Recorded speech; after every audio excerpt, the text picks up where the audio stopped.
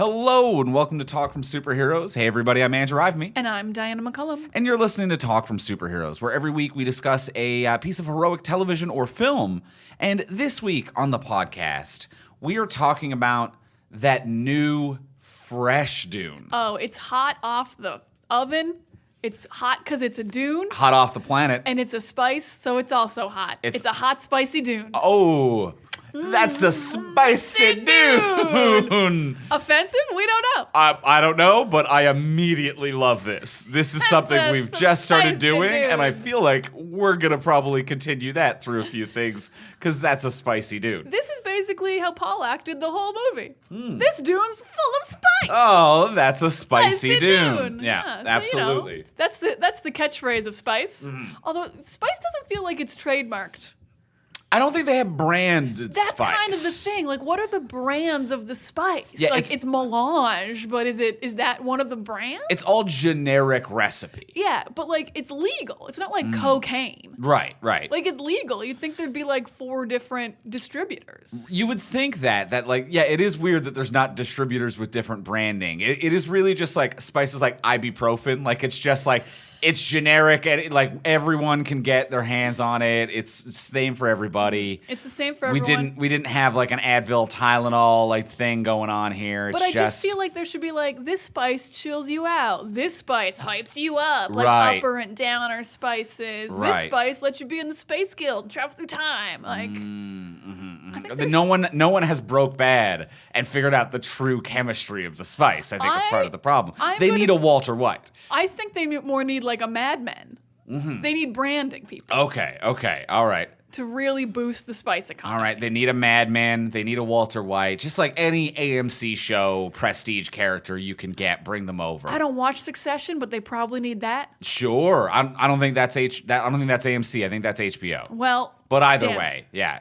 Someone from *Halt and Catch Fire*, that was AMC. Oh, look at you pulling out some AMC shows. Didn't see any of *Halt and... I actually think I watched one episode of *Halt and Catch Fire*. I don't know. Rami Malek from Mr. Robot, that was AMC. That was AMC. He could do a thing. What about Rick from Walking Dead? No, he can't. No. Legally can't. He's a cop. That's the line. He's Rick's a cop. He's a cop. You got to send him back. Don't tell him about the spices. All right, we've gotten off the rails immediately on this episode. So we are going to be talking about this year, 2021, Denis Villeneuve's Dune is what we're talking about on this week's episode. Last week, we talked about the 80s David Lynch Dune. So if you haven't already, check out last week's episode.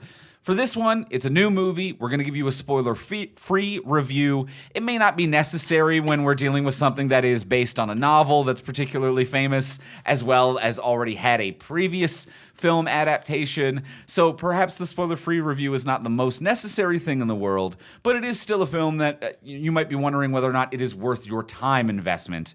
So we're going to give you a spoiler-free review. Then, once you hear the theme music, that's when we get into our spoiler-filled section.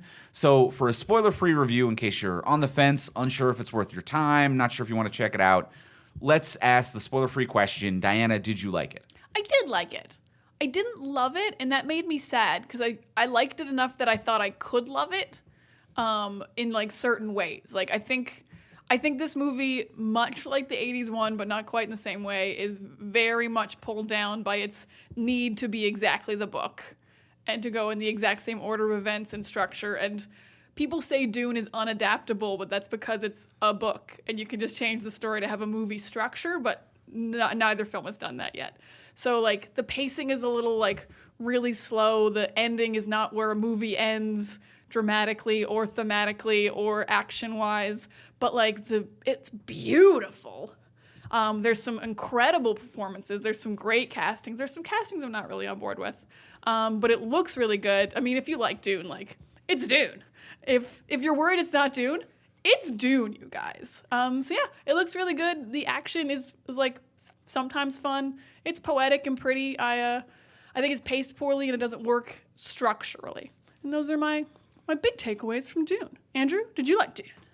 I loved Dune. You loved Dune? I truly loved Dune. Wow. Like, I didn't think you disliked it. I did not think you were out of love. I want to wrap up this podcast recording and hit play again right away. Holy crap, a Dune. Yeah, it caught me off guard. I am a man who was not previously a fan of Dune in any regard. If you listen to last week's episode, you'll be aware of the fact that I hadn't read the book. It didn't capture me at the right time in my life. I'd never had anything against Dune, but I'm like, it somehow just never made it into my zeitgeist. And same thing, I never saw like Lynch's until recently. And now after this one, I'm like, I'm all in on Dune. I really enjoy the pacing. I really enjoy the drama of it all. I think that it is, not having read the novel, I can't attest to whether or not it is slavishly adapted to precisely or where it varies or deviates. But I frankly loved the pacing. It's not a modern action movie. It is a very dramatic Shakespearean family piece with this movie that is the first half of the book, from what I understand. So it's not a modern action popcorn movie, but it is gorgeous. It is absolutely beautiful. Like, every single scene of it is breathtaking. It is well performed. It is well acted. It is visually stunning. I love the pacing. I love almost everything about this. I have like 3 major critiques that I want to dunk on. But other than that, I'm pretty well all in. I am so mad jealous because I love fantasy, and I didn't dislike this movie. I liked it quite a bit. I think the last 45 minutes don't work for me, but until then I was really, really on board. And I'm really jealous you loved it that much. Because like, loving a movie is so special. And I don't think there's a bad casting. I don't think that there's a bad performance. I think that every single person is exactly who that character should be, who the right actor that should be cast. Every single person like just really grips me for who they are and for the performance that they give. And I really can't overstate how absolutely visually stunning this is. It's gorgeous. It is breathtaking. It is worth it for. I mean, like, it's such a trite expression to say that, like, oh, every frame a painting. Like, it is an overworn turn of phrase. It is a very excellent YouTube channel that some people are familiar with, but this is. Every single frame is a perfectly framed, gorgeous painting, flawlessly lit, flawlessly executed. Every costume, all of it. And beautiful in a way that we can't even figure out. We'll get into that later, but like the technology looks amazing in a way I've never seen. Like, just smoothly futuristic, and I believe like we have no ability to make this, but I believe it's real. Yeah.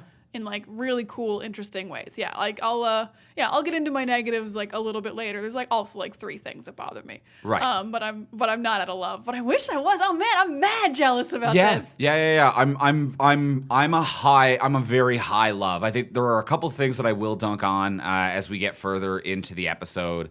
One would be that, like, again, I don't know whether to give the movie a pass on this or not by being based on a novel or how slavish it is to the novel, where I'm like, you could have done better with your female characters, and we can dive in and unpack that, and that is a problem.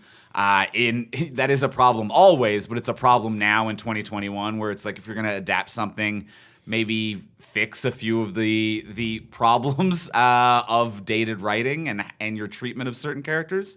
So there's some ways I find that this movie is like a nice progressive step forward, in some ways where it kind of steps it back, but we'll get into that later. I know what you're saying. I think that's enough to be like, this is a high recommend. Yeah. From both of us. Yeah. A little bit higher from you, but also a recommend from me. Like, definitely worth watching if you have any interest in fantasy or Dune or any actor in this movie. They all look great. Yeah. You know what? Everyone's looking good. Everyone looks good. And not only does everyone look good, there are different types. Like, it is going to be hard to find someone out there who does not find someone who is absolutely gorgeous in this movie, no matter what your type is. And this got a little something for everybody. Yeah, there's like porcelain gorgeous, then there's like desert grimy gorgeous, then there's like cologne ad pretty. There's a lot of good looking stuff going on there. Things for everybody in Dune. And then the final question, I think, for the spoiler-free section of the podcast is, can this be spoiled? I mean, I guess if you haven't read the book or seen the other movie, but if you have, then no. Right. Because it's pretty close to the last movie and to the book. I would say so. Not having read the book, but seen the last movie, it's close. If you're familiar with the story, there's not really much that can be spoiled here for you, other than the maybe one deviation from the novel, but I don't necessarily know if that's a spoiler. So I think you're fine. I don't think that's a spoiler, but we're going to get into that deviation for sure. Sure. Yeah. Yeah. So maybe one mild spoiler if you are a hardcore fan and want to go in fresh without knowing about one deviation from the novel. All right. Well, we're going to get into the spoiler-filled section of the podcast in just a moment. Before we do, I want to give a thank you to our friends over at Doer, DUER, shopdoer.com. They make fantastic pants, clothing, and accessories. I absolutely love my Doer pants. It is what I live in right now because they make incredible pants that have the perfect amount of stretch to it. I know a lot of people right now are complaining about wearing pants because after the year we've all had, it's like we're venturing back into the world and people hate their jeans or their dress pants because we're used to wearing sweats, shorts, nothing at all. Nothing at all. Hey, your home time, that's your time. I'm not judging you for that. But people are getting grumpy because we're heading out in the world. We have to wear adult pants again. But this is the right amount of everything. Here's what I love about these pants. They have stretch, and a lot of pants have stretch. I bought stretch pants in the past. Anytime in the past I have bought pants with stretch, all stretch means is that these pants fit no one. So like other stretch pants I've had, it's like this has stretch. If you are the exact size they currently are, it's still going to stretch and not fit you. If you need it to stretch, it's going to fight you and just dig in the whole way. Like they very rarely does a company find the right amount of elasticity to fight ratio. It's the tension. The tension. It's about the tension. Doer found the right tension where like I fluctuate weight a little bit. So I get my Doer pants on, and if it's the right size, it's the right size. If I need an extra like half an inch from that waist, it expands out without fighting me too much, but it doesn't explode out like some stretch pants do, where then it just gets like billowy and too big. It has just the right tension to get you where you need to be without feeling uncomfortable, and I love that. It is really great. You look wonderful in your pants. You're wearing them all the time lately. We're actually getting out of the house more. Things are opening up. It's really fun. Also, it's Canada. It's cold. We can't wear shorts. It's pants time. And yeah, you look wonderful and you seem comfortable, but you're not in sweatpants. Like you're in a comfortable jean and you're going out in like dress pant. A jean, a dress pant, an adventure pant that they have, which is like waterproof, truly waterproof, and has like stealth cargo pockets so it doesn't look like a cargo pant, but you've got extra storage. The stealth cargo pockets are wonderful. It's like compact cargo pants. You can't tell they're there. And it's also so great because I don't know about other places. There's like no bags allowed anywhere anymore because of COVID where we live. Yeah, I don't know what's up with that, but either way, it's a thing. Now you're just all stocked up on pockets. Extra pockets, that's nice. They have a temperature regulating fabric, which I really like as well, because I've always found that with a lot of jeans, I'm just way too kind of sweaty and uncomfortable. And it's also tough, like living in Canada with just different climate fluctuations where like if it's the wintertime, it's cold outside, then you go somewhere and it's sweltering inside and you're never finding a comfortable zone. So finding a good like temperature regulating fabric is very important. And they've got this gusset that is in the seam that gives you a little bit of extra like leg movement and stretch. So you've got a little bit of extra fabric on like the inside of the thigh through the crotch area that allows you to actually like bend and move and run natural movement without it being like noticeable or billowy. It's really, as a brand, they found this perfect balance between like functionality and aesthetic as well. It looks great, and all of its great functional features like the stretch and the gusset, it's all hidden perfectly. Mwah, chef's kiss. Andrew loves these pants as much as he loves Dune, you guys. It's pretty close. It's pretty close. So what you should do, you should go check out our friends over at Doer. Hit up shopdoer.com. That's shopduer.com. Thanks to our friends over at Doer for sending some pants over to the network. You're helping me get out of the house, and I appreciate that. You're doing good to me. Thank you, Doer. And now let's get into the spoiler-filled section of the episode. Let's talk about Dune.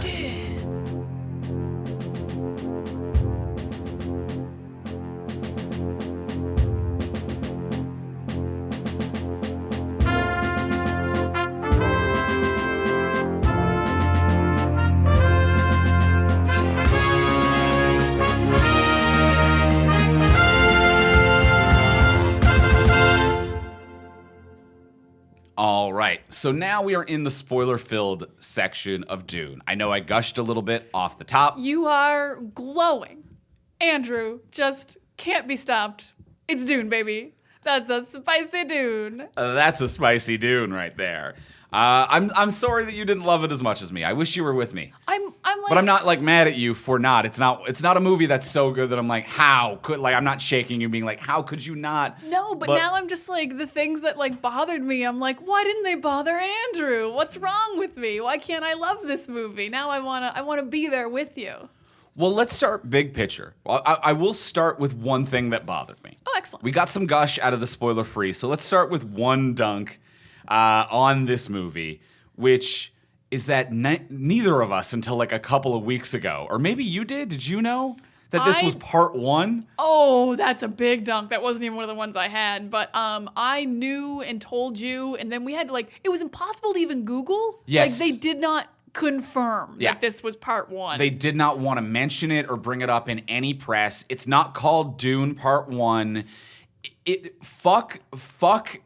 don't know if I need to put this blame on Villeneuve or this film studio, but also it is insane because it shows that they had no faith in this because they didn't film two simultaneously and they haven't greenlit it. So it is, even though I do actually feel satisfied to a certain degree by the end, and I feel like it's complete in a certain way, we'll get to that later, but it is still a fuck you to be like, this is half of a book.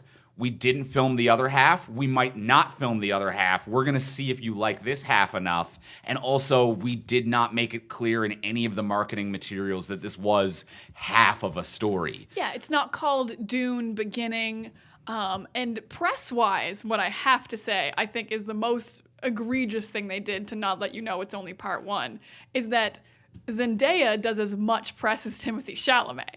Mm-hmm. And her character is only in 5 minutes of this movie because it's only the first half, and she's a second half character. She exists in the second half of the book / second movie that may or may not get made depending on the response to this film. But if you see, like, she was on Colbert and they were the only two, just her and Timothée Chalamet doing press together. She's like as highlighted as him in all the press. You're like, oh, it must be the whole movie if Channy is like this high up in the marketing. No. She filmed for 5 days. No. And she has openly said, not as a joke to draw attention to it, but she says in an interview, she's like, I filmed for 5 days. She's been doing press for this movie for a fucking year. She filmed 5 days. That is nothing. That is...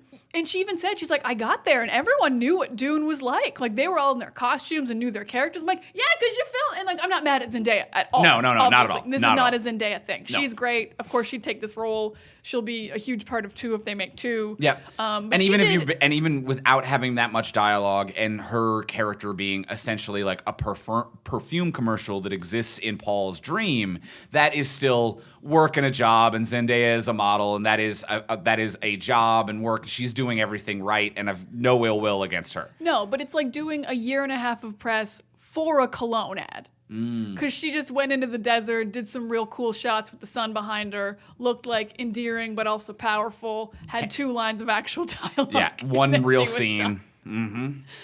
And how fast did it say part 1 in those titles? And in the smallest font possible. Like a 6 font. And that tells me, I'm like, So you know that you tricked some people into seeing this. Like, we knew, but we had to dig, and we only found out last minute. But you know that you were deceiving as many people as possible to get half of a story. The fact that it's not called Dune Part 1, but in your opening credit, you're like, look at this. Dune! Part 1. Part 1. Excuse me. Sorry. Excuse me. I had a part 1 in my throat. Sorry. I had a 6-point font that said part 1. I'm sorry about that. That's a spicy part 1. I can't handle the spiciness of just one part of Dune. Oh my. WBU shits. You know. Dick move. Real dick move. Absolutely. Because you don't call a movie by just one title if there's going to be a sequel. Like, yes, if you necessary sequel. Yeah, like the first Hobbit movie isn't called The Hobbit, nothing else. Yes. The first Lord of the Rings is called The Fellowship of the Ring. Like, when you're making more than one movie, you got to title them that way. It's such a dick move. Yeah. Such a dick move. Yeah. You have to, especially if the first one is not the self-contained completion and the next one is a a sequel. You know, like comic book movies are a sequel. Hell, even like Star Wars, in renaming all of their properties, had the realization to be like, these are episodes. This is episodic. You can watch them individual, but they're serialized stories that build them. Like, it's not Star Wars half one. Like, the audacity to call it part one when you haven't filmed part two, haven't greenlit it, and weren't honest about it in your marketing materials is just a dick move. Yeah, I can't even imagine if I didn't know and that had come up on the screen. I'd be like, are you shitting me? Yeah. David Lynch got to call his movie Dune because he did all of Dune. He did the whole Dune. He did the whole Dune. The whole Dune. Not mad at David Lynch. Little mad about this type. Yeah, I agree. Okay, totally so with I you. wanted to get that dunk. I wanted to get that dunk out of the way. Not dunk. Should we go into Duncan, Idaho? Wow, just- that's a good transition. Thanks. If you do want to specifically talk about Jason Momoa's character now, mean, that's a great transition. I do want to talk about positives, and he is probably my biggest positive of the movie. Not because the rest of the movie is not good, because he's so good. He's terrific. He is incredibly perfectly cast. Because I know you didn't read the book, but the whole thing about Duncan is that everyone loves him. Like, that's why the Fremen trust him. Like, he goes out there and they're like, we don't trust Harkonnens, we don't trust Atreides people, we don't trust anyone not from Arrakis. But we fucking love Duncan, Idaho. Like, they ask him to live in the desert with him. They love Duncan, They're Idaho. like, this is my dude. This guy rocks. So casting Jason Momoa is just the smartest thing in the world because Jason Momoa rocks. He seems like a fun guy everyone would like. I think everyone in the real world likes Jason Momoa. Like, he has that energy of like, everyone likes me, and not in like a bro way where he's actually annoying. Like, everyone just does like him. And I also even like the implication of like, the dudes who don't like me, it took a minute, but now they like the idea of like, not everyone likes me immediately. I'm not phony, but I will win all of you over slowly over time. Yeah, like when he's like, it took 4 days for the Fremen to be like, you're cool, man, but now they're my best friends. Yeah. Love Jason Momoa as the role of Duncan. Terrific. Yeah. Terrific. I'm glad to hear that he's good casting for the book adaptation. Also, just sincerely, like, he oozes charm and charisma within this role and this character, and does a really good job, I think, of like breaking up the tone of the movie a little bit so that it doesn't become particularly monotonous, even though I am invested and I enjoy the political drama that this movie offers and the kind of quiet family moments. And I like that this movie brings that, but if it was only that, if you remove the character of Duncan, or if you just don't cast a Jason Momoa type, it could be a little bit flat for 2.5 hours. It breaks it up just right. I completely agree, because this isn't like, they're not acting Shakespearean like in the Lynch version. It's like maybe mildly elevated every now and then, but they feel like people. But he's the only one who has really much humor to him at all. Like, the other people will have like anxiety and anger and not just flat emotions that we've seen before, but he's the only one who feels like he has a bond, like an actual like person who is bonded to people and is bringing that into other relationships throughout the movie. And yeah, the movie really needs that energy to break it up, as you said, especially for such a long movie. And needs it so much that he is one of the big, from what I understand from seeing previous Dune and from you telling me about the book, one of the big delineations from what the novel was to this movie. Honestly, it's the only giant change I can think of that's in this version from the movie version, from the book version, and I think it's absolutely wild that, because Duncan Idaho is supposed to die in like the very first attack. He's supposed to die when the Duke dies. So he never gets out of the palace. He never goes out to the desert. He never finds Paul and Jessica. So the fact that they like completely Poe Dameron'd Jason Momoa's character, like, we can't kill him. He's so charming, We though. need him so bad to be around. What if we just let him have like 4 more scenes and then we kill him and we give him like the most badass death? The fact that he was in a movie with Poe Dameron and out-Poe'd Poe is wild. And for those of you who don't know, Poe Dameron, Oscar Isaac's character in Star Wars, was supposed to die in his first scene, but was just too likable as a human being, character, actor, all of it, that they completely rewrote it for him to be the third lead of the Star Wars movies. I'm just picturing Oscar Isaac going up to Denis Villeneuve. He's like, you know what you could do with Duncan Idaho? You could just not kill him. What if you just what if you're like, oh, he definitely died, but you cut away, and then later in a different scene, it's just like, He back. Don't worry about it. It works. I tell you, it works, sir. I've got verifiable proof. You'll create a wonderful character that will be beloved for all of time. Yeah. So it does work. It just prolongs the character. They don't do a full rewrite that he's the best bud who's around forever, because essentially the scene where he would normally die, he survives the fight and lives to fight another day. But in just the next one more day. Literally just one more day. I think it actually might be maybe like a 24-hour-ish window. Mm-hmm. So he lives to fight another day, get one more action scene out of him, essentially. Yeah, and this actually introduces an element that I don't remember from the book, but I did stop. I only made it like a little bit halfway, so maybe it comes in later, which is that I like that this movie implies that Paul's dreams are not set in stone, and he is seeing possible futures. Yes. Which is only like briefly laid in, because he sees Duncan die, but he's like, I only think you're going to die if I don't go with you right now. And he doesn't go with him and he dies. But then, like, obviously at the end, when he sees like that he has a future he has a future friend in this Janice? A future friend who essentially he kills by the end of the movie, undercutting what his potential visions are. So he is seeing possible futures, which I think is much more interesting than definite futures. Yes. I really like that change that they've made. As far as I know, that's a change. I think he usually always sees like the exact future. Right. In the book and in other movies. So like I think that's so much more interesting as a story and as a character, because it means you do have to make choices that matter. You can't just like look in your dream and be like, oh, I'm supposed to go left. Dream says left. Oh, I'm supposed to kill you. Dream says kill you. Like you have to make choices. Yeah. So much more interesting. It leaves all of the characters with free will. Yes, free will is so important. Because without it, no one has free will if everything is just a prophecy. Like Chani, Zendaya's character, as it was in Lynch's Dune when I watched that. But it is just this like, I'm Paul, I have a vision that Chani falls in love with me. So she does. So she doesn't have a say in it. There's no courting. There's no romance. There's no way I can fuck this up. So we never have to show me try or be romantic or be charming in any way.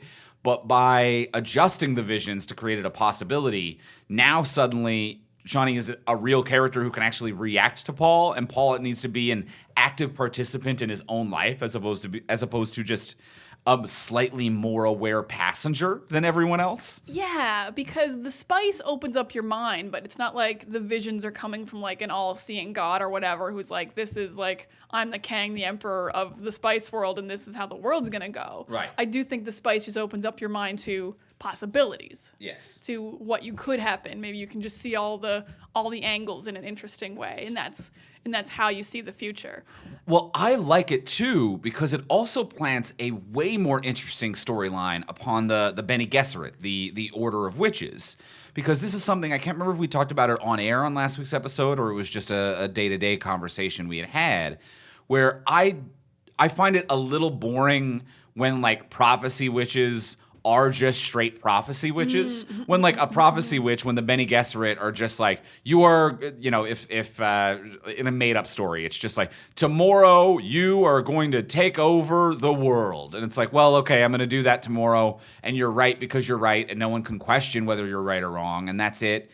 And you're completely pious and you have no preference either way. The implication that this story tells to be like, drawing attention to the fact that the Bene Gesserit planted this prophecy.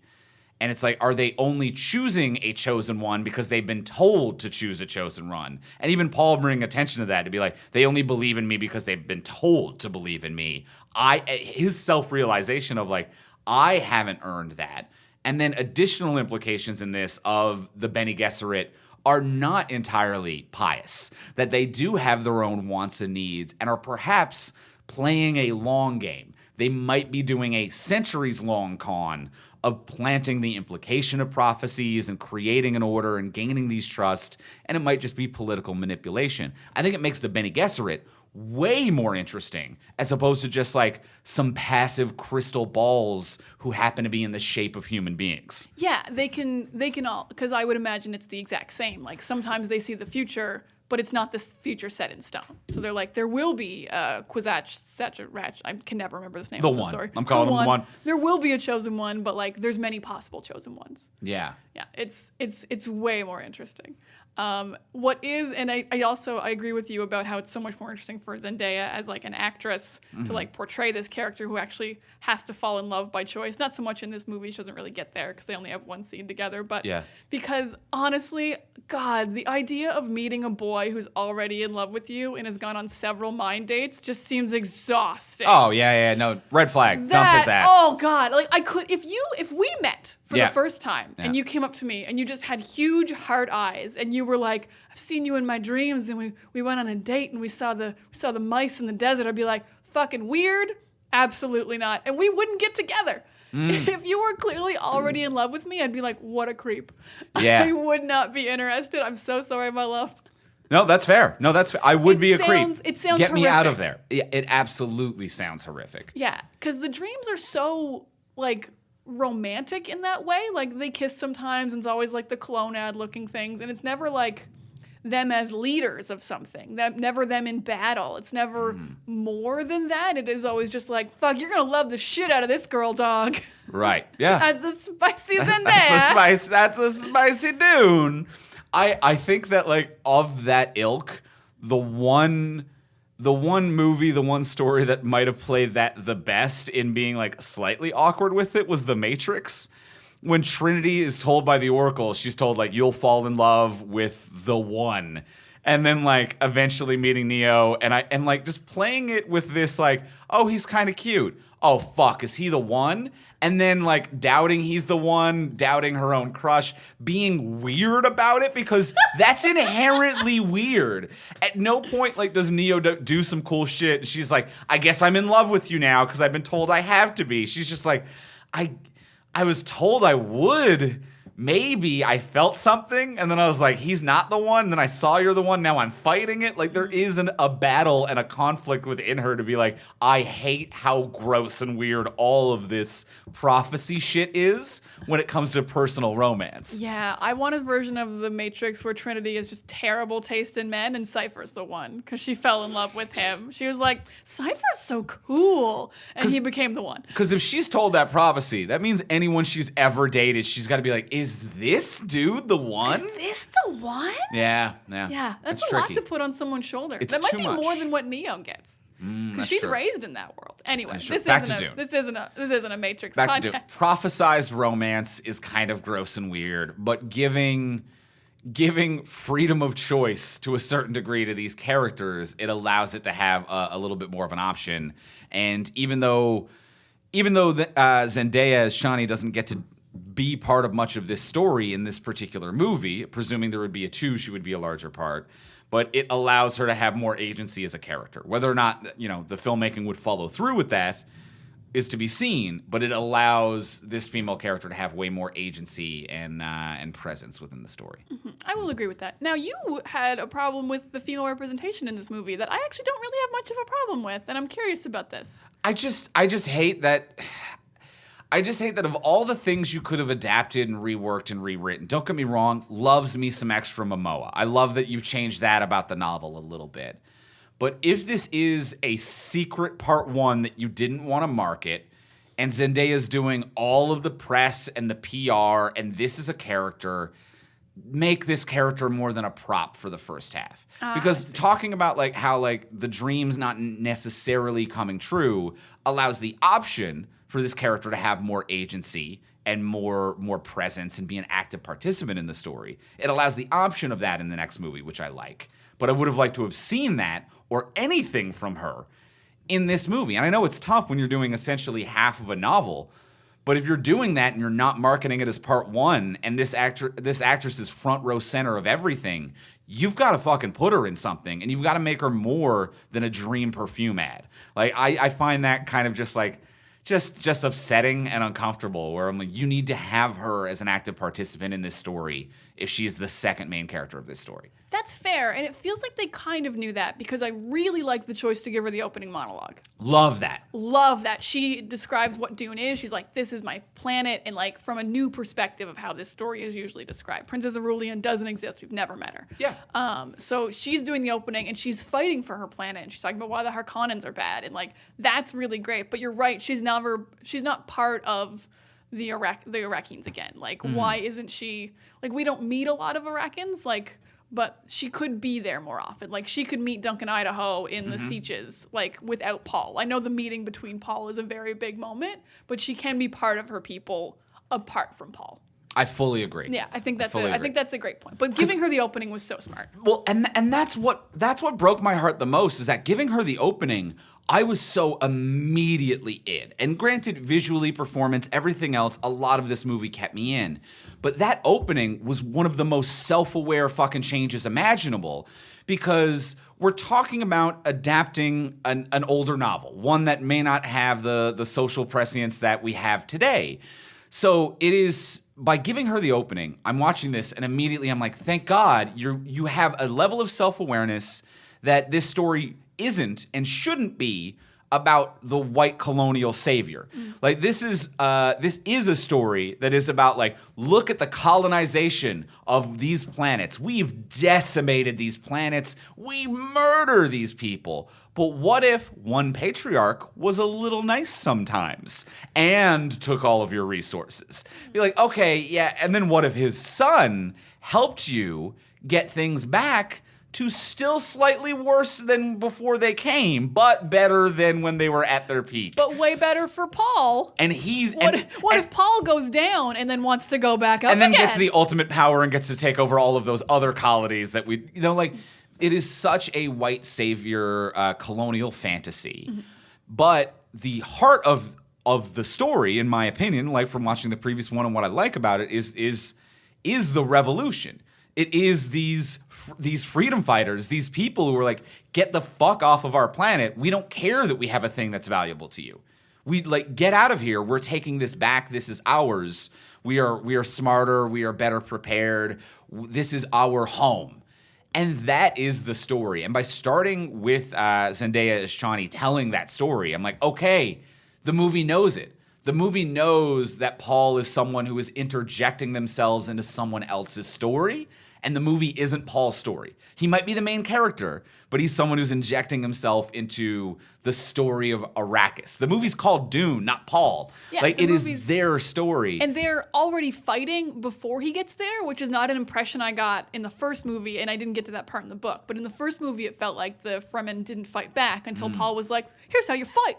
But in this movie, it's like, no, we blow up spice things. We fucking hate Harkonnens.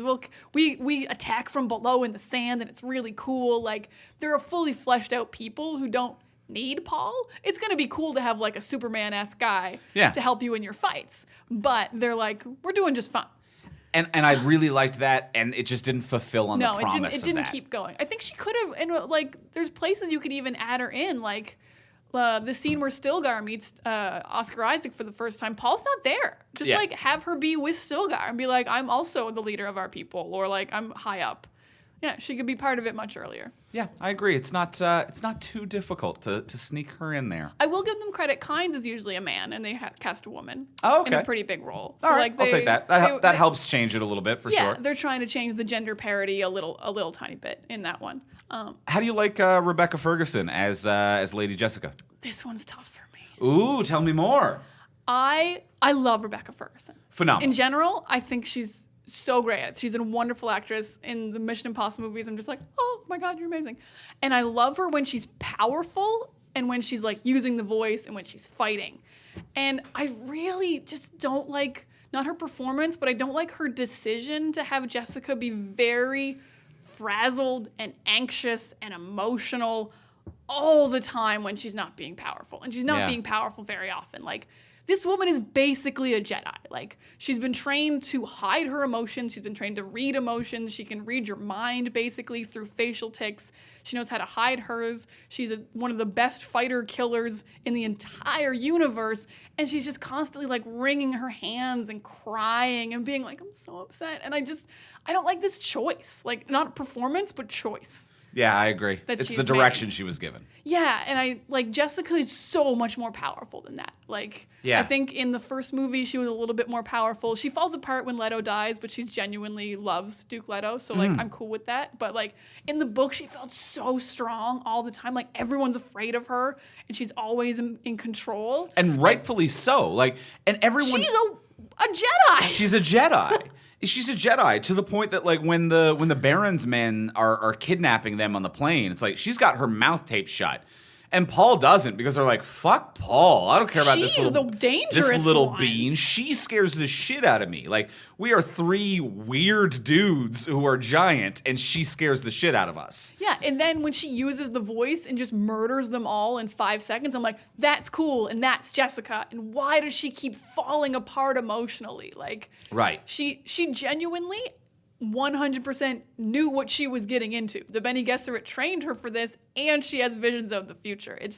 I didn't care for it, and Rebecca Ferguson deserved better than the way that she was told to do this character. Yeah, I see what you're saying. I can get on board with that. I would like to see it more powerful. I agree with you. It was a little too frazzled. In the powerful moments, like her saving Paul and saving the day, because like she's saving Paul for several points throughout this movie. Oh yeah, the fight in the ship when she gets the gag off, incredible with the voice and stuff. Her fight with Stilgar, which was like, fuck you, I got you done in 5 seconds. I'm like, this is so cool, and this is who she is. But yeah, the rest of the time, I'm just like, no, I don't like this. You're better than this. Yeah. When she's powerful is when I really like her. And I agree, Rebecca Ferguson is a great actor. That was one where I focused on the powerful moments a little bit more, and that just kind of like lingered with me. But I do agree with you. It's weird when she can have 3 men kill one another while taking over a plane, and then she's frazzled by being in a tent for a slight period of time. So like it's a little inconsistent as to when she is the literal savior or when she is someone who needs to be saved. And even like more basic scenes, like the scene where she meets Shadout, who gives her the Chris knife, which never comes up, by the way. I don't know why they keep leaving this scene in with the Chris knives. But like she's there to inspect her new household. And even then she doesn't feel like she's in control and powerful. She's like, you can stay and we'll talk about this knife, I guess. And she tells the guard to get ready for violence. And I'm like, you're going to destroy this woman if she tries to kill you. Right. Like, yeah, I don't like almost any of the choices. And that makes me so sad because I love Rebecca Ferguson. And I also really would have loved more scenes with her and Oscar Isaac because I do love that these characters genuinely love each other. And I didn't really feel that in this movie. Like, their love is supposed to be unstoppable. Like multiple people come to him and say that she's the traitor in the house, and he absolutely will not believe it. Okay. And I'm like, that's what I really like and wanted to see. And yeah, I don't think I saw that. I think I felt it in subtext. You know what I mean? Like, it never felt like there was like a rift or a division between them. And you can see a lot about a relationship in terms of like how they treat and raise their child. And I think in their love for Paul, I felt their love for one another as well, and kind of like their mutual vision for what Paul can be, what the future should be, what the universe should be. But you're right. I didn't get a lot of individual moments between the two of them. Yeah, more of that. I agree with you. Well, let's take a quick break in the podcast to thank one of our wonderful sponsors. We want to thank our friends over at Virtual Game Night. Virtual Game Night. It's so much fun, and it's your last chance to play. Y'all need to get on it. They are taking bookings through December 23rd, 2021 only. So now is the last time you're going to be planning a holiday party or something like that this year. Maybe you need to keep it virtual one last time. So just make that last Zoom hurrah a night or day or afternoon. I'm not going to tell you when to schedule your things. Party when you want to party. Always available. Make it a virtual gathering to remember. And Virtual Game Night has been doing this since the pandemic started. They are so ready to go. They are absolutely qualified. They're ready when you need them. They're TV production quality as well. TV production quality, everything runs smooth. You play on your phone, your score comes up, you have a live host walking you through it all, entertaining everyone. Like, you will feel like you're on a TV show, but also at a party, having a great time. Nothing but praise for Virtual Game Night. We've done 3. Always so fun. Always so fun. Just killer fun. It's somewhere in between, like, you're answering these questions on your phone, your scores come up, you're competing with your friends, your coworkers, your family, whoever you decide to do it with. You're playing live on your phone or a different browser window. The scores come up, it's all tabulated for you. Different games. It's fun, it's playful. It's somewhere in between like a pub trivia night and being on a live game show. You know, like if you did a pub trivia night on the set of Family Feud, like I don't know how to describe like the feeling feeling of just playful fun being on there. But also not Family Feud, because there's many different types of games. Yes. And there's going to be a game for everyone. So if you're not good at straight up trivia, there's an emoji game, there's memory games, there's so many different kinds of games. There's going to be one you're great at. And to be There's honest, a stats and records if you're a number person. there's probably going to be one you're not good at. There's a thesaurus battle if you like synonyms. Lots of fun stuff. Absolutely wonderful fun stuff. And you can play from 2 to 1,000 players. So no matter how big or small your family or work gathering is, they got you covered. Yeah, because they've done events for companies like Adobe, Ford, Microsoft, Google, Bank of America, as well as alumni for educational facilities like MIT, Yale, Harvard. They've also done ones for dum-dums like us here at the From Superheroes Network.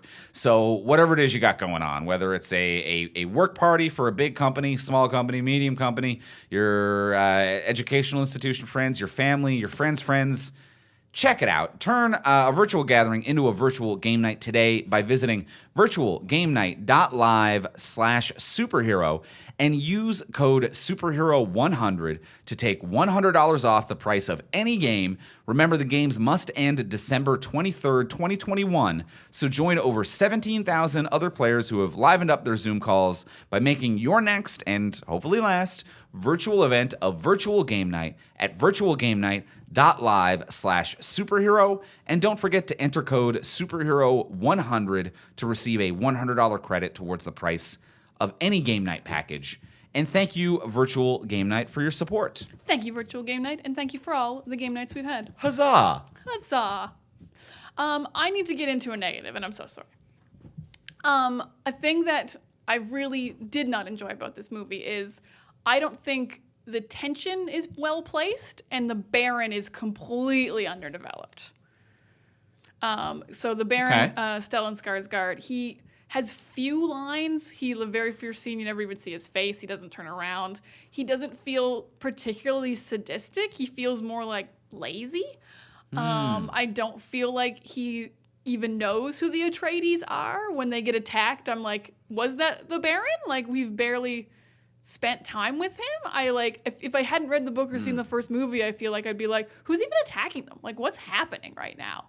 The Baron is, I think he needs like way more energy, way more violence to him, and way more screen time, or at least different screen time, where he's like, fuck, I hate Oscar Isaac. Like, I need to feel like he's gonna hurt these people. Because it does feel like he just wants spice and doesn't hate the Atreides family. It feels like both to me. Oh, I didn't get that vibe at all. No. Really? Okay. No, I thought. I think Batista had more screen time than the Baron did, who is violent and is killing people and having a good time. But yeah, I think this was the biggest misstep in the movie for me overall.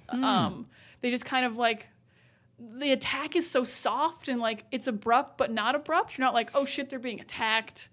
I thought the pacing of all of this was really poorly done, and that the Baron just didn't feel like a villain. I agree with you that the Baron obviously does feel like a villain. He does murders, but I agree with you on the build up to like, this is the villain of this. I agree with you. He doesn't feel like that, but that's one of the things that I actually really like about the tone and pacing of this movie, is that it isn't a personal revenge story. Like, even though that is a component for sure, but it doesn't feel like the simplification, and maybe simplification is the wrong word because I also like these type of stories, but it doesn't feel like a John Wick. Like, it doesn't feel like Paul's just like, Baron killed my dad and it's time to fuck up Baron. Like, it doesn't feel as simplified as that, but this tension from the first moment of the movie, and I like when stories start a beat or two late, and it all comes up a little bit fast and you feel a little bit in too deep, and this does a good job of doing that, where, yes, the Baron is not made out to be that personal villain. The, like, I hate House Atreides, House Harkonnen is gonna destroy you, I'm the villain, I hate Oscar Isaac, the handsome, visible, wonderful man of this movie. Visible and wonderful. Yes. It's not as simple as that, but I do like this tone of like, this weird character we haven't explored enough left. What's that about? You don't just leave when you're a greedy dude who wants spice. Mm-hmm. And the tension off the top immediately feels, oh my God, Duke is walking into a trap. Like, they're all fucked. And that immediate development of that tension, and it's because there's too many things at play. It's this immediate development of like, okay, I do not trust the Bene Gesserit. I do not trust House Harkonnen. I do not trust the Emperor. I do not trust the diplomatic exchanging of hands. I do not trust the Watcher who was left behind to report back to the Emperor. And this like immediate tension that is felt when Duke and his family, who seem positive and want to help, show up, and everything's a little bit misunderstood, and it's not one clear villain, but it is this immediate like, the silos don't work. I don't trust this ambassador. The local people want to kill us because they hate the previous people. Everything is stacked against us. Am I gonna have time to turn the? No, I don't. Fuck, it's happening. I really like that first act. We're walking into a trap tension. See, I would love if I'd felt that there was tension. I think I like that idea, and it just did not work for me. Like, especially because Oscar Isaac is especially very focused on like economic problems. He's like, we can't make enough spice, we're gonna get in trouble. But there's not much of a focus on physical like assassinations. Like they don't bring up the shield wall very often. There's an attempt on Paul's life, and they still don't show like all the precautions that they take in the first movie and in the books. They're like, you have to get your meal checked before everyone eats it with a poison checker. Like, you're always constantly living on the edge of an assassination attempt. Okay. And I don't feel like these people feel like they are going to be physically hurt at any point. It feels like they're like, man, the stock of the spice is going to drop. Like, it feels like they're worried about very superficial things, and I just do not feel this tension. And I think it would be fixed just like easy things. Like, if I just saw the Baron do violence, he is so laid back in a way that doesn't make me feel worried about this guy as a person who's going to be anything. He's just like, yeah, I guess we'll fucking kill them, sure. I don't care for this. And it doesn't fill me with tension or urgency. And like, I'm like, okay, who killed him? Like, I barely remember the attack. Right. I feel like if it was the Baron, it was like, the Baron's the killer, look out, Baron's the killer coming from you. I like that House Atreides and Oscar Isaac as the Duke, the whole family, and like the guards, Duncan, everyone have been made so hyper competent that if it was a simplification of that villainy, it would just be like, they're gonna fucking wreck you. Step to Oscar Isaac. You really think, oh, you got like a hover cape? Good luck. Oscar Isaac, Jason Momoa, and fuck it, even Paul ain't ready, but you ain't ready for. They're gonna wreck you. They have a Bene Gesserit. You are just. I think the simpler you make it, the more. And some movies have done that to their own detriment. Where I think we've seen that before, where it's a movie where it's like, I'm the bad guy, and now I'm killing someone way more powerful than me to motivate someone else. But something about the Duke walking into a situation where he's fucked 9 different ways and barely has time to acknowledge any of it because too many gears are moving. I feel gears of a clock turning as he's sitting in this house, and knowing that time is up. It feels really tense to me. I didn't feel it. Okay. I didn't feel it, especially because they also didn't like lay in any seedlings of a traitor. Like that's a big part of the tension in the movie and the book is they're Right. like, who's the traitor? We know there's a traitor. They don't even like Dr. Yue gets nothing to do, so you don't care when he turns out to be the traitor. I didn't particularly care about the doctor betrayal. I agree with you on that. So that's a little underdeveloped, and none of this part worked for me. I'm sorry you worked so hard to convince me, and I wish I felt it, but yeah, there's no tension. I'm not even trying to convince you. I'm just trying to describe what it is that I felt. I agree the doctor didn't hit me, but at that point it felt like a House of Cards falling, where like things were happening suddenly so much faster that naturally there's not as much time to develop these aspects of the story because it's meant to be this like slowly building cascade of like the story starts, we're moving to Arrakis to take over the spice mine, and then it's just this like betrayal, betrayal. And it's meant to be like overwhelmingly fast, I think, anyway, intentionally so, but no, I didn't think it was fast, but I will say, as much as I don't think there's tension and I don't think the villains are good, I like a point that you made, which is that even though they lose, Oscar Isaac and all the good guys feel competent.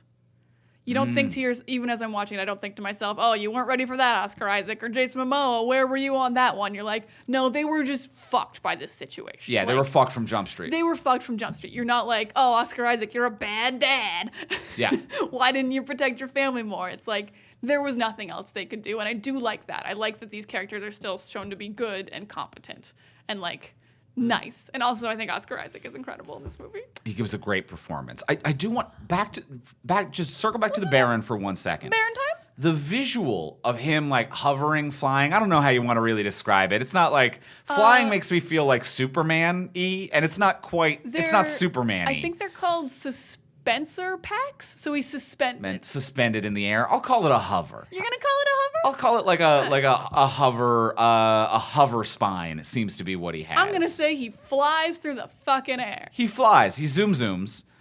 I really liked just the visual of how they framed it, the costumes that they put him in. I think they do a really good job of making everyone seem small, and like especially with like because of the shields and stuff, it's a world where people don't have or handheld weapons are not necessarily effective in most battles. So everyone's got a sword and is trying to get as close as possible. And by establishing that and making this one man the only one who can create visible distance, and it's not meant to be this like I use this in a sense of like fighting. But I do like this imposing visual of like, you all have a 12-inch dagger. I am 12 feet in the air. And the camera never leaves the ground anytime he does this as well. You see like the back of people's heads straining their neck to look at him like they're in the front row of an IMAX theater. And that is so imposing and upsetting just from like a visual language that I really liked how they made it look anytime that he rose up. I kind of liked it. Things I liked more were kind of like situational stuff they did, because I think one of my biggest emotional reactions was when they reveal Oscar Isaac in the chair and he's like totally zonked out, and they pull away and you see how far away the Baron is at the other end of the table, and I actually went, oh fuck, he's too far. Because the poison's in his tooth, right? And I was actually like, shit, it was all for nothing. He's not gonna get him. Shit, look how far away he is. And that was like the biggest emotional reaction I had in the movie. So they really did him covering distance is actually an incredible defense in this world where guns can't get through shields and you have to use a sword. It's like, how else would you kill this man? There's no way to do it. It is cool. I actually did think it was actually, though, really silly one of the first times he flew, because I'm like, how long is this dress you're wearing? Because he went into the air and the dress just kept going. I'm like, what when you have to go through a door? There's like 15 feet of dress below you.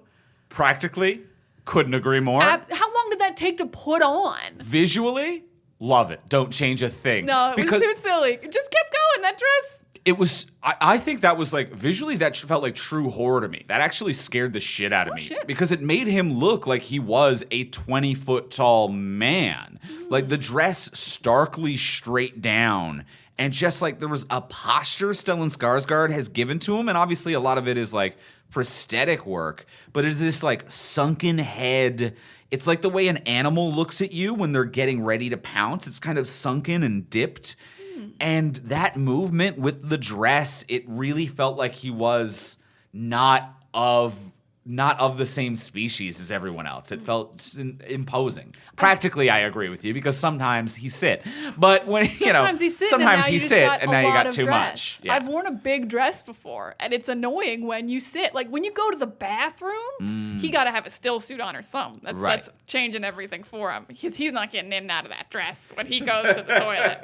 I'm telling you that right now. I did really like the lights in the spine for the suspensor suit, though. I thought that looked really cool and very the subtle. Audio and sound of it as well really made it without having a line to be like, this is my spine that allows me to fly. Visual and audio cues were like, we all knew what and why was happening. His spine lets him fly. He's got a fly spine. He's got the fly spine. It also was haunting. I didn't think the dress was haunting, but when they enter the chamber after the poison gas and he's just like up in the rafters. Yeah. Like still alive somehow because the gas only got him a little bit. That's pretty haunting. Made him seem like a ghoul, like a true, like a demon who's hidden back into the shadows. Yeah, who you just can't kill. And I think that there was, I'm trying to remember the scene with the long gown. I'm trying to remember how close it was to the scene of them arriving on Arrakis, where they show Lady Jessica and like the royal family arriving, and Lady Jessica, like a woman of a royal family, has the big train on her gown, and there are like 5 servants all holding it so it never touches the ground, and juxtaposing that royalty and power with this technological and solo royalty and power that the House Harkonnen has, it actually felt like a strong parallel where it's like we both have this same visuality of what regalness and what power represents, but where you choose servants and the strength of people, I have chosen over-industrialization and like the power of technology and the power of myself, and don't trust anyone to be around. And I think that there is, like, even within that, a visual language that I really like. Yeah, that's interesting. I just still needed more from him. He's just like in a pool of sludge for a long time, doesn't have any lines. Even if there was violence around him and he was like not affected by it, which is the thing that Stellan Skarsgård did. He was the villain in King Arthur, the Clive Owen King Arthur movie. Okay, yeah. And he was kind of the same as this villain in a way, just very like not in a rush, but like felt powerful, but horrific things would happen around him and he would be unmoved by them. So he didn't need to do horrific things, but he's not even really surrounded by anything horrific. He's just kind of like, I like this big room and I like my oil bath. I see what you're saying there. So I needed to feel like he was a bad guy. I get you. Because I'm not just going to say he's a bad guy because he likes to sit in some oil. It's weird. It's weird, but it's not necessarily evil. Not necessarily bad. I agree Not with necessarily. you there. I'm not going to stigmatize people who take oil baths. Right. You got to kill a fool for me to be like, that's a bad guy. And of course, you like that dinner room scene with the buck nude Oscar Isaac. Hey, if I had an unconscious Oscar Isaac, I would also take his clothes off. Rude. Don't do that.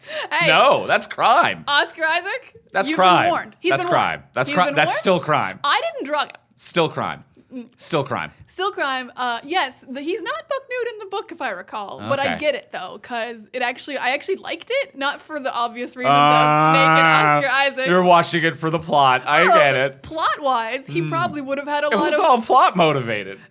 In a plot version, he probably had a lot of weapons in his clothes, and they were like, take all his clothes for weapons reasons, and they didn't because of the weapons. They didn't even check that tooth. Mm-hmm. I mean, that was the reason probably why the weapon was in the tooth. Yeah. They don't check that. Yeah. But yeah, the fact that they were like the only nudity in this movie was, I'm like, of course it's Oscar Isaac because he's gorgeous. Mm-hmm. He's a good looking man. It is a weird flex to be like, that's a pretty big change from the book that he's naked.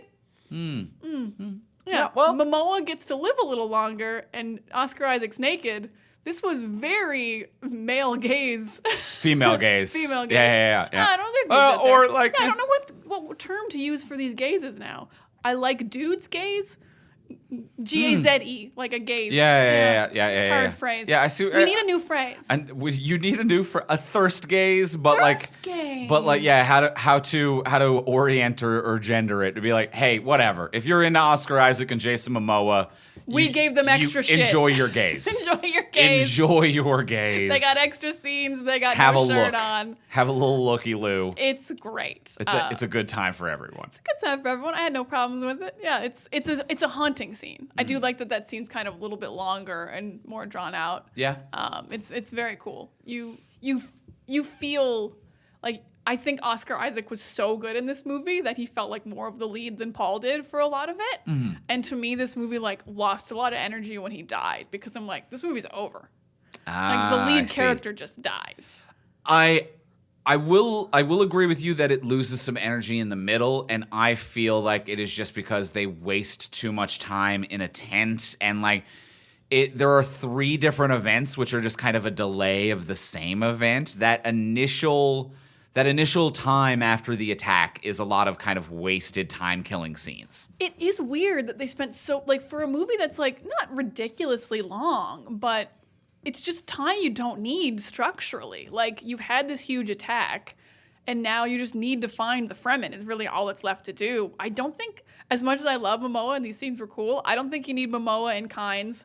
We learn no information from this. Yeah. From Jessica and Paul being with them. We don't really need the tent. You need some of the tent because they gotta they got to have some revelations and realize that Leto's dead and stuff. But yeah, and then like a lot of desert time. I don't think we need all of this time with the Fremen. Like we got to fight Stilgar, then we got to fight Jamis, then we got to do this and this and this. Then we got to run away from a worm. It's way too much stuff that they didn't need. Oh, and they go through a sandstorm and their Thopter. Yeah. The sandstorm Thopter escape scene is nothing. Where it's just like, oh no, we're going a different direction, but there's no visual cue as to why I care in any way. The middle drags, or I don't know if I'd call this even the middle at that point, but you're right. Post Leto's death, it does drag a little bit. For me, it doesn't feel like it's because Oscar Isaac is the lead, though I could fuck with a movie where Leto is the lead of this movie and it's just the Oscar Isaac movie for part 1 and part 2 is the Revenge of the Sun. That is definitely a tale. I really would have preferred if that's what this was. Like, Paul still does everything he does, but like, this movie really ends with Leto's death. And you're like, and now part 2 is Paul's movie. Sure. Yeah, I could mess with that, but I think the middle drags for different reasons, and it's just repetitive scenes. Yeah, that first helicopter scene is the same as the tent scene, which is the same as the Thopter. Sorry, the first Thopter scene. It's a Thopter. It's a Thopter. The first Thopter scene is the same as the temp scene, is the same as the Thopter scene, which is the same as the first Fremen scene. So it's just kind of like 4 that really kind of crank out the same purpose back to back to back to back. And they really probably should have just saved it for like one big kind of fight or attack to happen again, because there's only been like these kind of like little hints of action for like 45 minutes, and this movie kind of just fizzles out, and there's never like a big scene, and then we're done. Yeah. Because the biggest scene is the attack on the palace, and then probably Momoa's fight scene, but then there's nothing else big, but there's still an hour of movie left. Momoa's fight scene is great, though. Momoa's fight scene is so good. I don't know if they need to rewrite the original story to bring his character back. I don't know if they need this middle section, but Momoa's fight scene is well done, though. I do like it. He could just have that fight scene in the palace and die there. Mm-hmm. Yeah, that's true. You don't need to have 2 different sections. Yeah. Of Momoa's fight scene. Like, he could just be in the palace for 20 minutes having a fight scene, and he dies there. Because he's supposed to die protecting Leto. Right. So just do that instead of Paul and Jessica. Right. Yeah. I think there is something about the Leto attack happened so quick and abruptly. That added a little bit to that for me as well. Mm-hmm. That even Duncan wasn't there to even die for the Duke. Yeah, the abruptness is nice. Yeah, there's a lot of nice things. I think like niceness, I will just say, we touched on it in the opening a lot, but like, fuck, this movie looks incredible. Mm-hmm. And it not only does it look incredible, every look and visual has such purpose and drive to it. Like, I was just about to mention the death of Kynes in the desert when they kind of split up after the Duncan Idaho fight sequence. The death of Kynes in the desert, her story, it does maybe drag things down. I agree with you. I don't know if it's necessarily needed. But when she is murdered, and I think it was the Imperial troops who Sardaukar. The Imperial troops. The Imperial troops who murder her. We get this, she's stabbed from behind visual where like the stab is a little bit off camera.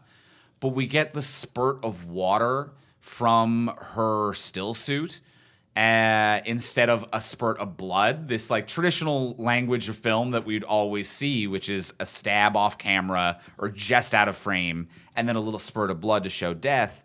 But I think it just feels like so thematic and visual within the story of the Fremen and Arrakis, where they talk about like that the suit, the water is life in the desert, and we're seeing her life leave her, but without the gore of blood. I don't know if this was for a rating thing, but whether or not it was, it has a thematic purpose that I absolutely adore. Yeah, you absolutely think you know what will happen when someone gets stabbed and then water comes out. And you have a weird moment of like, oh, well, is she made of water? And you're like, we are made of water. We are made of water. Like, and but no, sincerely. The suit and the barrier and the like. And it makes sense that, of course, water would squirt out. It's a wonderful visual. I would say for me, the visuals I loved were all the technology, especially the spaceships. they had a smoothness that we are confused about because we thought this film was filmed in 60 frames per second, but it wasn't. I couldn't quite figure out what was going on. We don't know what's going on with this film. I don't want to get too deep into tech stuff, but like it felt like this was filmed at a higher frame rate, which I actually didn't like sometimes because it felt like motion smoothing was on. Like The Hobbit was filmed at a higher frame rate. Gemini Man was filmed at a higher frame rate. If you just Google search like movies filmed at a higher frame rate, you can see examples of it, and everyone hated it on The Hobbit. They didn't like it in Gemini Man. Higher frame rates don't work for movies, just period. I don't think there's any exception for it. And it looked like a higher frame rate for some of the stuff, which was weirdly upsetting in a functional way for some of the alien technology. Yeah, I really liked it for ships mostly. Like ships would land and they would move in this very smooth motion because it had motion smoothing or it had frame rate increases or something. Yeah. And like in a way that felt very alien but also functional, and I believed it. And it really made me like feel things viscerally. But then I didn't feel it for like pictures of people most of the time, like when you're just shooting the actors. So if it was used at all, it was used sparingly. They probably mentioned it as much as they mentioned that this was part one of 2 movies. They're like, it's part 1 and there's a 60 frame rate per second sometimes. Yeah. I want to know how we couldn't... In a 2-point font somewhere, it says. Yeah. We searched online. I couldn't figure out why the technological reason of like what it looked like was. Maybe at some point some behind the scenes featurettes or like visual breakdowns will come out. And also we talked briefly, the costumes are incredible. Everyone looks good. Yeah. They've differentiated Arrakis and Kaladin and our Harkonnen world so well again. And the Imperial troops are visually different with like the bloodline down the white as well. Yeah. It's all gorgeous. I mean, it's Denis Villeneuve. It's gonna look amazing, but like that doesn't happen automatically. Worked very hard. And I think they did a good job as well of drawing attention to the difference in the worlds, which we kind of brought up a little bit last week with like Lynch's Dune, where like you could tell a little bit that there was like a difference between worlds. Getty Prime, where the Harkonnen are from, was kind of like brutalistic and industrial and overdeveloped.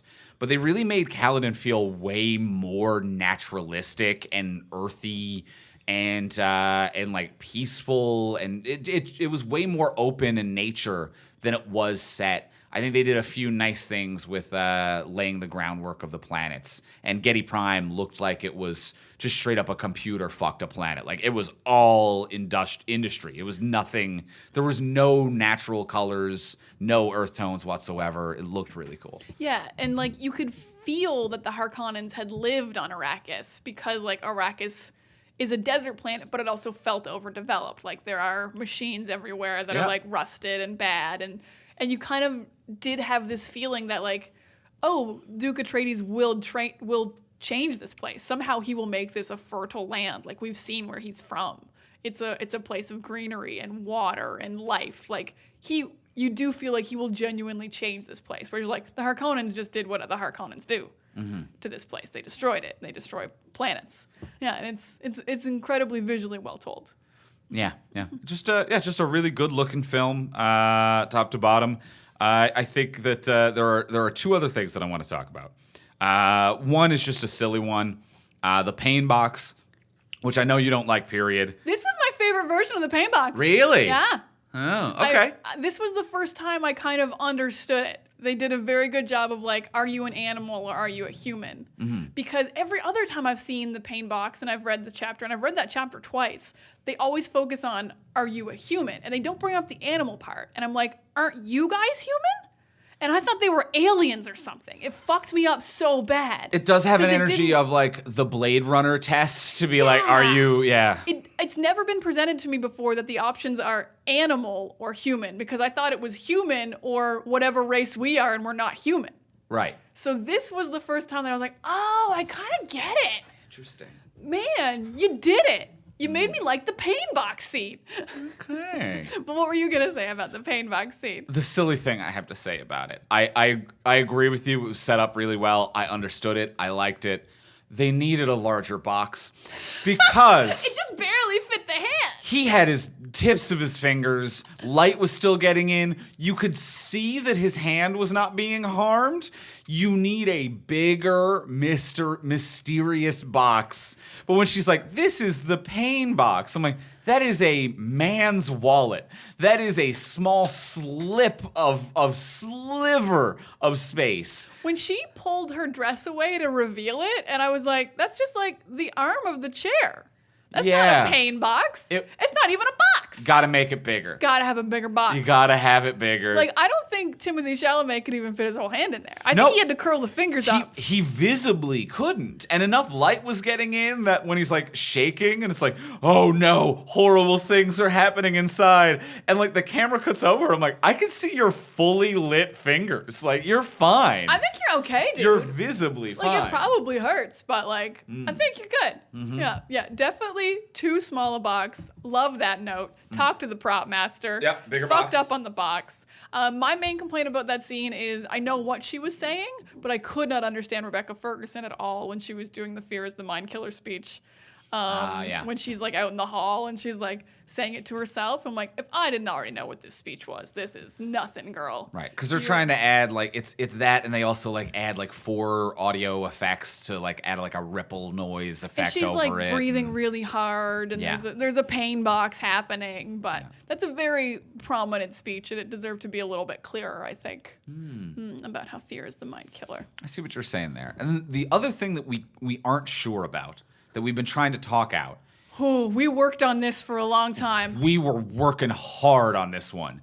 Is whether or not that was Duncan Idaho, Jason Momoa's character, at the end, after we have seen his death, his real death, the second true, like for sure, that dude who got 2 swords in him, he's dead. They showed him die for real.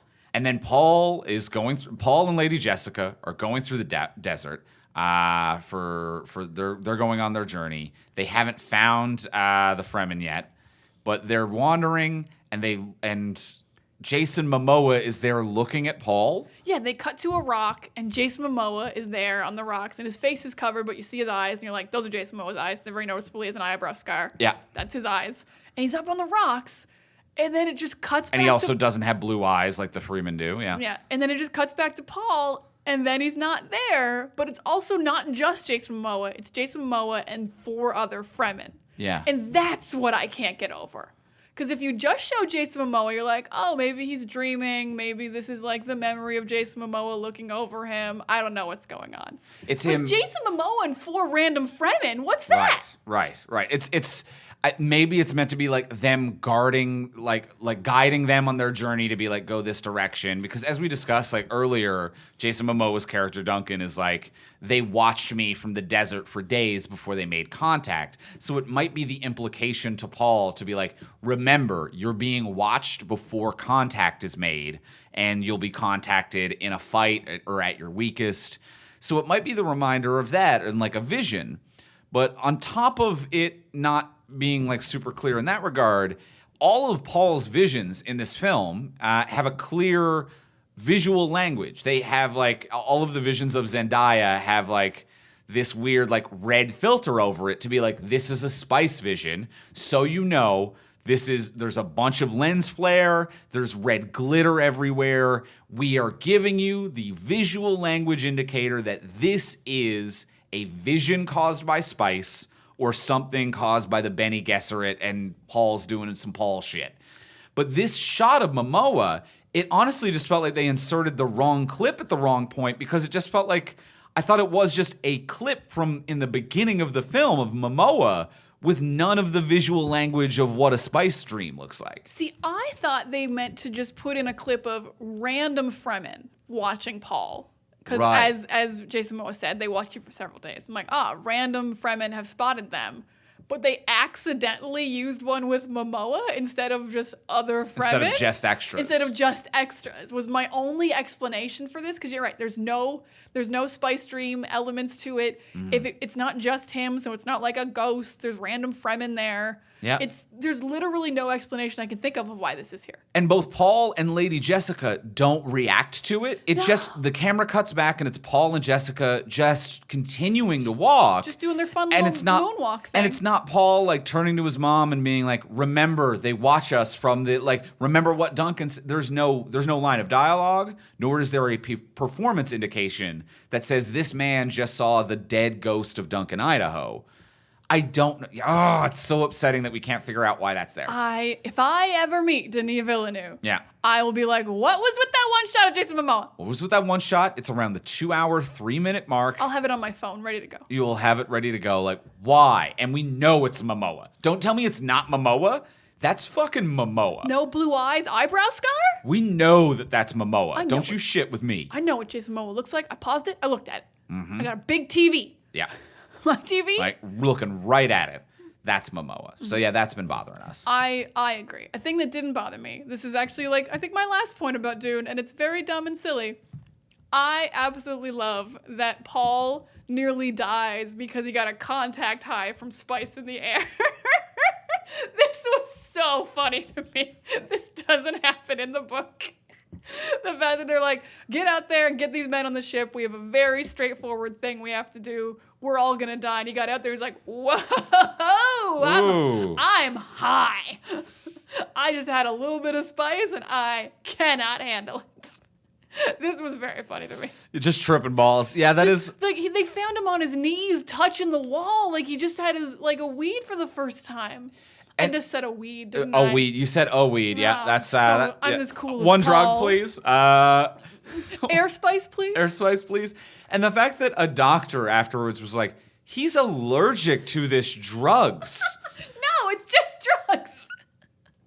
But you could also have a bad reaction. But the fact that the fact that Jessica is like, was it because drugs? And the doctor was like, it is because he has terrible response to drugs. One thing is for sure, do not trust anything this boy ever says if you leave him alone in the desert breathing spice.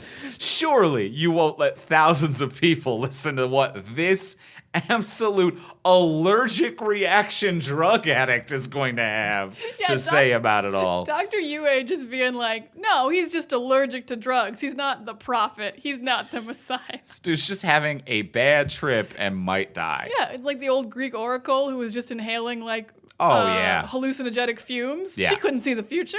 No. She was just high, guys. Everyone's just... The oracle was just high, you guys. It's somewhat comforting to know that for the past thousands of years, different societies within humanity have been like, this person's a prophet or a witch, and they are just on psychedelics. And still, 8,000 years in the future, there are people where it's like, this dude for sure knows the future of the Galactic Empire. And it is a boy who is just having a bad trip and needs like the chill out tent at Burning Man. Like, this dude is just fucked. He had a tent at Burning Man. He did have a chill out tent. He had a chill out tent. That's a spicy Dune. That's a spicy Dune. All right. Well, I think that's enough Dune. Let's get ready and go in for the close. Let's ask the final question of what would you change? So now that we've discussed everything we discussed, what would you change about this movie if you could change anything? But before we do ask the final question, we want to thank another sponsor of today's wonderful episode. We want to thank our friends over at Batman: The Audio Adventures. Bruce Wayne may appear to be a wealthy playboy, but beneath this facade, his true identity is that of the Batman, waging an endless war against crime. Join the Cape Crusader in Batman: The Audio Adventures, the first scripted audio original featuring Batman and his villainous rogues gallery, in a world premiere story of life and death in Gotham City, debuting exclusively on HBO Max. Starring Jeffrey Wright as Batman and a who's who of incredible Saturday Night Live alums, this rollicking adventure, told across 10 episodes, is written and directed by Emmy winner Denis McNicholas, includes devilishly delightful original music by Doug Bossy, and performances by Rosario Dawson, John Leguizamo, Chris Parnell, Melissa Villaseñor, Seth Meyers, Jason Sudeikis, Brooke Shields, Fred Armisen, and many, many more. Go to hbomax.com/Batman Audio Adventures for more and stream Batman, the Audio Adventures, only on HBO Max. And thank you to our friends over at Batman, the Audio Adventures for making great Batman content and sponsoring this episode as well. Thank you, Batman. Batman. All right. HBO Max, where you can also watch Dune. Full circle. It While all you're comes watching together Dune, while check you're out there. Batman. And before we go in for the close, we will remind you, as we do every week, I'm going to make it quick this week, that if you haven't already, take a second, subscribe, rate, review on Apple Podcasts, wherever you get your podcasts. It helps us move up the charts, helps us find new listeners. It's a free way for you to support the show. Every podcast tells you to do it. There's a reason. It's because it's the best way for us to get new listeners. So go do that. Yeah, it really helps us out. It's only going to take you a second. We're going to read it. We're going to feel good. Other people will read it. They'll listen to our podcast. We'll be a huge success. Done. We're all happy. Boom. And as well, if you have a few ducats to kick in, if you want to help the network financially and get some cool bonuses for yourself for doing so, you should head over and check out our Patreon at patreon.com/FromSuperheroes. Patreon's a monthly subscription service where you can subscribe. You'll get cool bonuses. You can contribute however much you want to do. You can do $1 a month, 5, 10, 15, 20, whatever number is in your budget. We'll take all the dollars. We'll take all or few. You can put some whatever. cents in? Yeah, you Make can. it uneven. You can make it a not a round number if you want to. Have fun with it. Have fun with it because you're going to get a cool bonus no matter what you do. You can get our webcomic a day early, exclusive behind-the-scenes stuff. At the $10 level, you get a bonus episode of this podcast every single month. And when you sign up, you also get access to the immediate back catalog of all of our old episodes. This month we did, because the new James Bond came out, we were on a Daniel Craig kick. We did Cowboys and Aliens. That's up now over on our Patreon. So you can check out our Cowboys and Aliens episode. Sign up. You get that. You get the whole back catalog, which is 70 episodes at this point. It's quite a lot of content. And you can also change and cancel at any given time. So if you got $10 in the budget this month, hit us up. Sign up at the $10 level. Next month, your finances change. Maybe you need to go down to $1. Maybe you need to cancel. Hell, maybe you got extra money and you want to go up to $20. You can change it according to whatever your financial situation is. There's no problem. So at least have a look. Check it out over at patreon.com/FromSuperheroes. That's patreon.com/FromSuperheroes. And now let's go in for the close. Let's ask the final question of what would you change? Diana, what would you change? I don't have very big changes for this movie. It's a lot of the stuff I've already said. Jessica would be more powerful.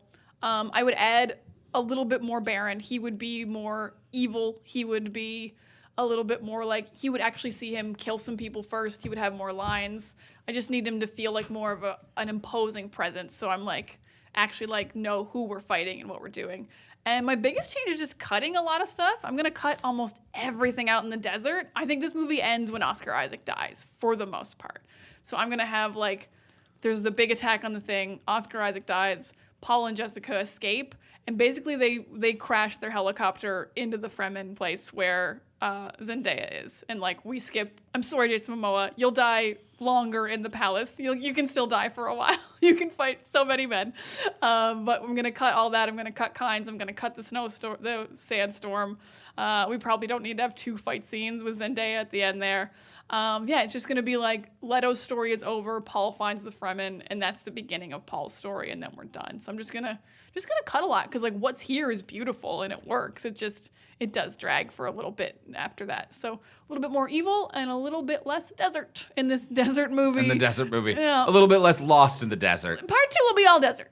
Part Right. 2 gonna be so much desert. I don't need it here. This is the in the palace movie. Because there's not enough. It's not enough, and it's too much at the same time. I agree with you that it's not enough trials of the desert for it to be, a metaphor for his pilgrimage to him finding the promised land or becoming a prophet that he is supposed to be.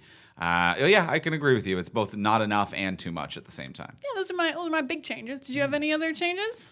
My big one would be get Johnny engaged more. Like, I want to see. Yeah. Mm-hmm. I want to see Johnny as a character more active and engaged in the plot of this film, and also Zendaya just more present in a film that she might be second lead / anchoring the second movie of, if that ever exists.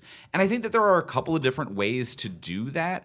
I think that the the first spice miner that breaks down that is just a technical error could instead be like from an attack, and it could involve many people, in which case it would maybe make sense that Paul stays behind there, kind of tripping balls, seeing his vision, if that's the first time he sees her, is as like they're heading the way or leading an attack in to take down this spice miner, which is something that the people of Arrakis have been doing.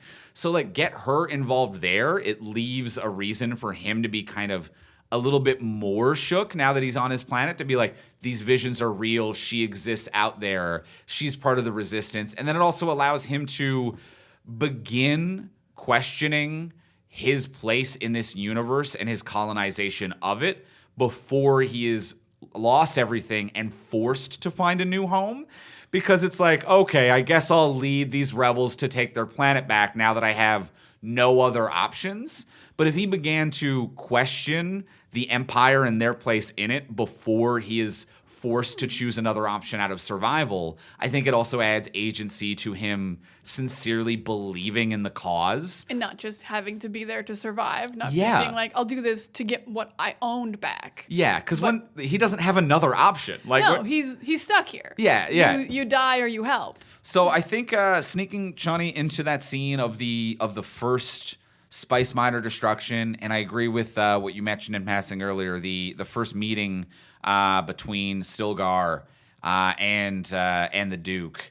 Have Chani there as like a personal guard of Stilgar or something like that. Yeah, make her cool and powerful and give her own agency. Yeah, and then it also, I think, even adds to the romance of it, where even though we're not necessarily sure these visions come true, if her and Paul are passing like ships in the night, we get this like we're both at the spice miner that gets destroyed, but we don't actually interact. We're both in the royal palace or like the headquarters, and we don't actually interact. Like this ship in the night thing almost adds attention to the love story more than just a like I saw you in my perfume ad dream. Yeah, it does feel more faded in a way that I don't mind. Yeah. If you just kind of keep missing each other, like we are part of each other's story.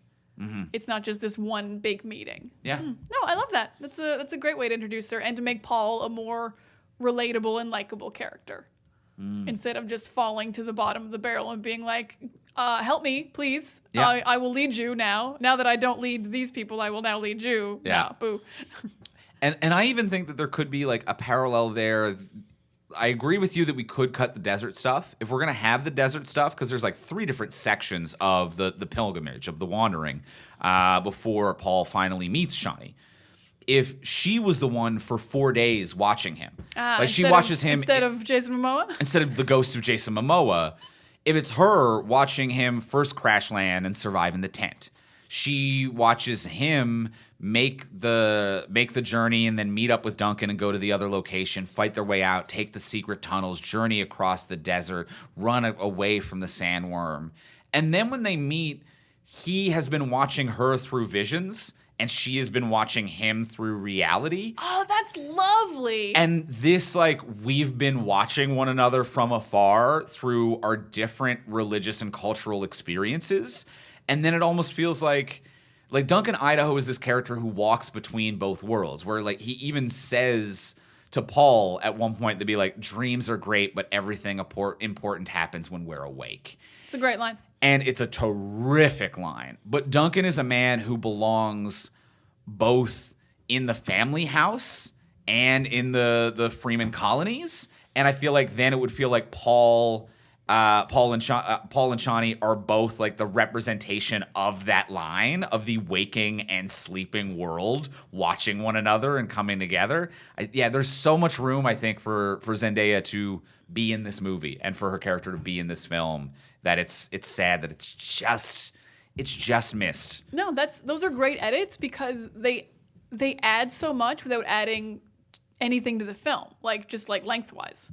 I don't think it adds much time. Yeah, just you've a put shot her or into two. scenes that exist. You've put her into sequences that already exist, but you've created this great relationship between the characters that Thank really you. builds. Yeah, Thank you. This is wonderful. Yeah, but I could also easily just lose some of the desert stuff. No, but if you're keeping it, that's a great reason to keep it. Great change. Thank you very much. Great change to you. Great change to you, sir. And a great change to you, sir. And that was a spicy Dune, you guys. That was a spicy Dune. Thank you very much for listening to our conversation about Dune. That was a really good time. We are going to be back next week. And next week, we're building up to the release of the new Ghostbusters. And we're going to be talking about the old Ghostbusters. We're going to be talking about 1984. The OG Ghostbusters. Next week, Bustin' will make us feel good. So we're going to be talking about that next week. In the meantime, if you want to get a hold of us, you can reach me on Twitter at Ivimey, Ivimey. You can reach me at Words of Diana. And you can reach both of us at From Superheroes. And we'll talk to y'all next week. Bye.